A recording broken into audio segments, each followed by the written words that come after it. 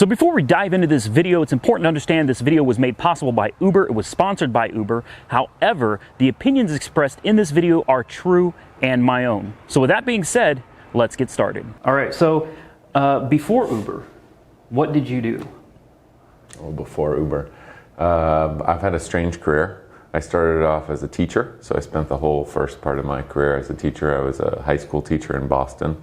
I taught history and English mostly, a little math.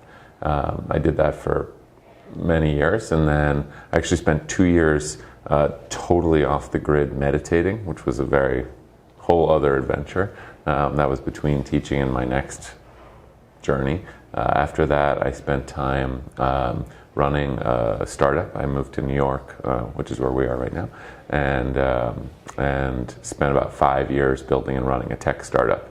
It was called How About We? I've heard of it. Nice. And then after that, pondering what I was going to do next, thinking about starting another company, but it decided that I wanted to actually work somewhere that had intense product market fit, where people really deeply loved the product and was growing quickly. Applied to work at Uber, got the job, and have been there ever since. Oh, this is a good one. Well, I'm going to cut that part out. Don't cut that out. Don't cut that out, all right. Your audience wants to know you. No, they don't. They might.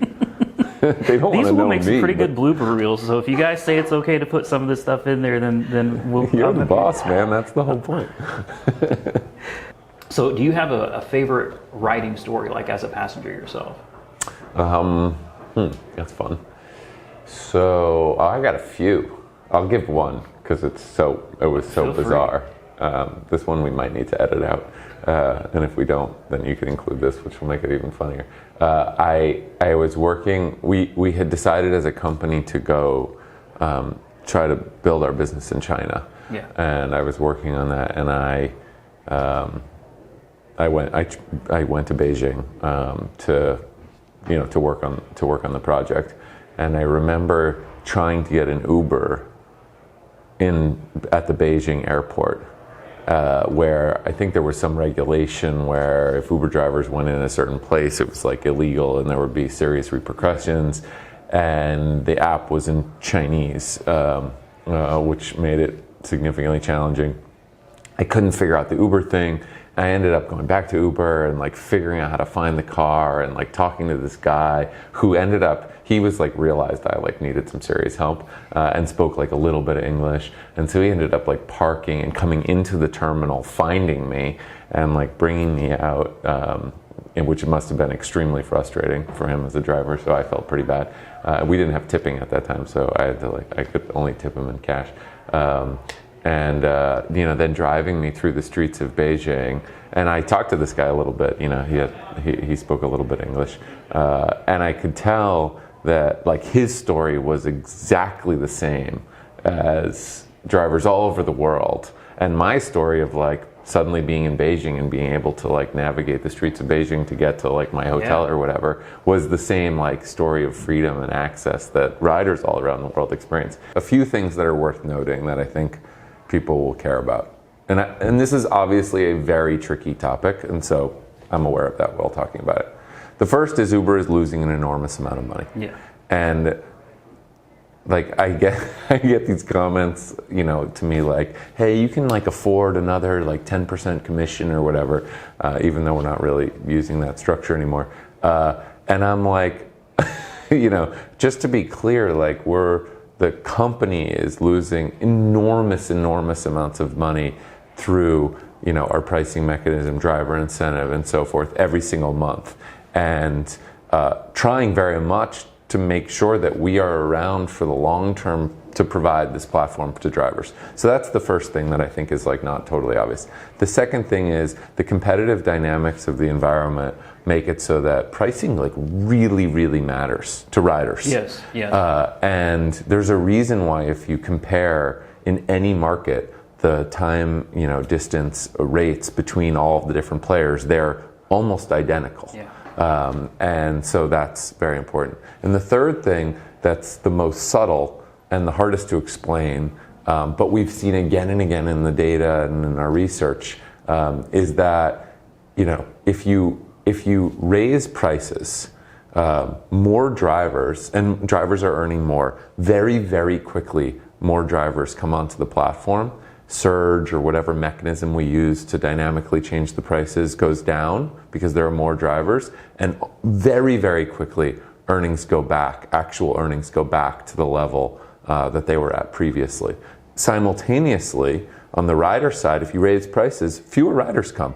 They actually take fewer rides. Drivers are less utilized. They get fewer rides per hour or per session that they're on the app, and earnings also go down. And so you find that even though it seems like a great solution, there are actually way better ways to improve driver earnings experience than just like a basic rate hike. Yeah, it sounds counterproductive now that you explain it that way. This is very hard to explain. And honestly, it took me a long time to get my head around this, because my instinct was frankly like, just raise the rates, like obviously. But I don't think it's necessarily the best solution. You asked, why, like what did we decide to start with in 180? And the answer was just clearly earnings. We had to start with earnings because it's the most important thing. Well, that explains a lot, and I've noticed that a lot of the features you've implemented have been, they may seem small, but they're definitely related to earnings, and tipping is probably the biggest one. But interestingly, a lot of the features we've launched have had really big impact on driver earnings that don't get talked about as much, like many, many tens of millions of dollars to drivers in the US through things like paid wait time. But tipping is definitely the biggest. Right. I think going back on the ratings, I think a lot of drivers would love passengers to be more educated on the rating system as well. Because for passengers, I don't think they realize, and I've run the numbers, and statistically, 4.6 I think is where you run into a danger zone. You really got to be doing something not too great to end up at 4.6. So I feel like the rating system, even though a lot of people think it's not fair, I think it is fair. I think the problem is a lot of passengers, they think, oh, this is an average experience, so they get a 3-star, and if it's like superb, you got out and put my bags in your trunk, and then it's a 5-star. I don't think they really understand the importance of the driver's rating. So some examples of stuff we can do on that. One is to just tell riders, and this is kind of what you were saying, what the stars mean. Which is like 5 stars is like solid, something like that. And I don't know what the official language will be, but good, like A-okay, which is, and it's not like excellent, amazing, that's like a tip. Yeah. The 5 stars is just like, I had no problems, this was cool. But there are other things that are like even more behind the scenes and kind of mathematical that we can do, like look at every rider, recognize which riders are like habitual 3-star raters, where clearly they think 3 means fine. They put 3 stars in and they provide no feedback. They're just like, it was fine. Right. It's 3 stars, that's average. And then we can actually adjust behind the scenes those ratings so that those don't hurt drivers' overall ratings. Good. So we got a bunch of stuff coming on that, and look forward to it. What do you feel the most common reason is for drivers to actually reach out to support? I could get you real data, but I'm pretty sure that the number one most common issue is earnings. On the driver side. On the rider side, I'm pretty sure it's cancellation related stuff. Yeah, I've had my share of issues with earnings, and like I said earlier, emailing is it's inefficient. So I think I really think being able to push that call button is probably one of the other great features next to the things that you've implemented to increase driver earnings. Yeah, I think it's a great feature. It's good. I haven't had to use it yet, but I'm excited to get to try it sometime if I end up with an issue that requires support. I'm a long trip kind of person, so I'd be interested in something like that as well. I don't like short trips. I love long trips. It gives me more time to talk to the passenger, but that deadheading back, that's the killer. Yes. The long trips. So yeah, if there was a set of features that we could utilize to really help with this, it'd be really awesome. Yeah, a lot of people are like you. Two interesting things. A lot of people are like you. The people who are not like you tend to be people who either are comfortable driving in one place or who really are like incentives, and so the shorter trips help them hit their incentives goals. And the other thing I would say is that on the long trips, actually, we've done a bunch of research on this, economically, not in all cases, but in most cases, even if you have to drive all the way back, it actually ends up being optimal for your earnings. But there's something about the feeling on that long trip where you drive out and then you come back unutilized the whole time, and you're just like, this is like my time, it's not being used well. That feels bad, and so we got to solve that. I always felt like long trips provided me with better earnings than the short ones. You're probably right. Short ones, but that's going to vary market to market, person to person. So. Yeah. But that's been my experience. We have some of the best, economists, mathematicians, algorithm builders in the world who are really working on the details of dispatch and pricing and like actually how these marketplaces really work to optimize driver earnings and price and reliability for riders.